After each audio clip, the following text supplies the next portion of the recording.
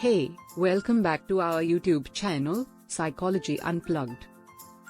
Our YouTube channel have a myriad of self-help, self-improvement videos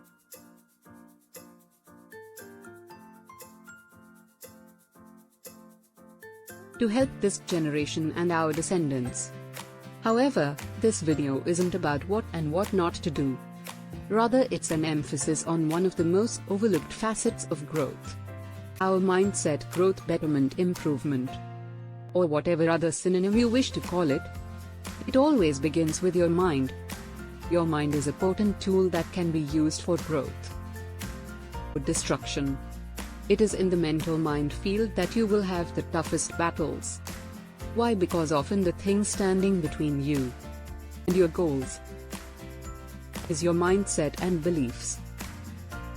So before you do a workout routine or any drastic changes you must overcome, the journey of self-growth is not easy for your friends, family, emotional well-being, and job are just a few factors that can affect that journey. But despite these external factors, you will find that the most challenging moments are when you confront yourself, when you start to tackle years of bad habits and negative self-talk, negative self-image and behaviors that no longer serve you. That is when the battle with your mind begins. During these moments, you'll want to revert to more comforting ways of lowering your expectations and doubting yourself. It happens a lot. For example, if you miss a workout, or you see someone doing better than you may feel defeated, lose motivation, and start to doubt yourself, your progress and your abilities. You may even think that your goals are unreachable or unrealistic. Because of it, you start to slack off. What's worse is you may even begin to justify your slacking and slip back into your old habits and behaviors, the same one you are working so hard to get rid of. This happens more frequently than we'd like to admit, and it's not an external force that drives us to this point.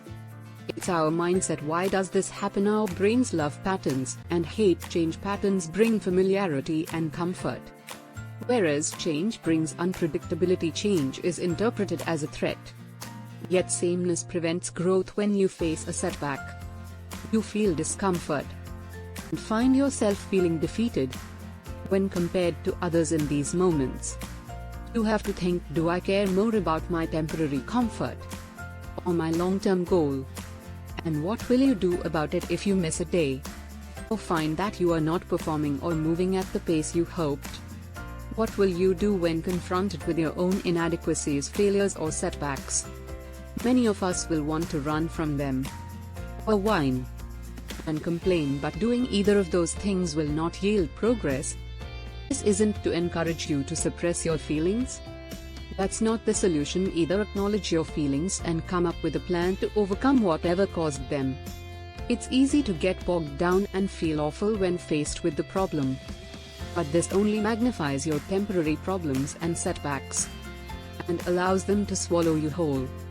Allowing inconveniences and fleeting emotions to rule you means that your will and power are subject to your emotions more concretely.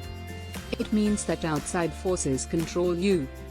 As a result, change and growth will become very difficult, because it will always be dependent on external factors rather than your valuation.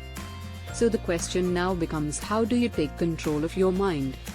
There are many practices to rule your thoughts: mindfulness, journaling, meditation, and even practicing Stoicism may help. Over centuries, people have all come up with different ways, but they all boil down to this observation: observe your thoughts, words, and actions. When you do so, you'll start to beat the battles with your mind and find yourself more capable than you thought. Did you find this video helpful? What are some ways you've tried to help make your life better, adopt a better mindset, or fix certain problems you encountered? Let us know in the comments below.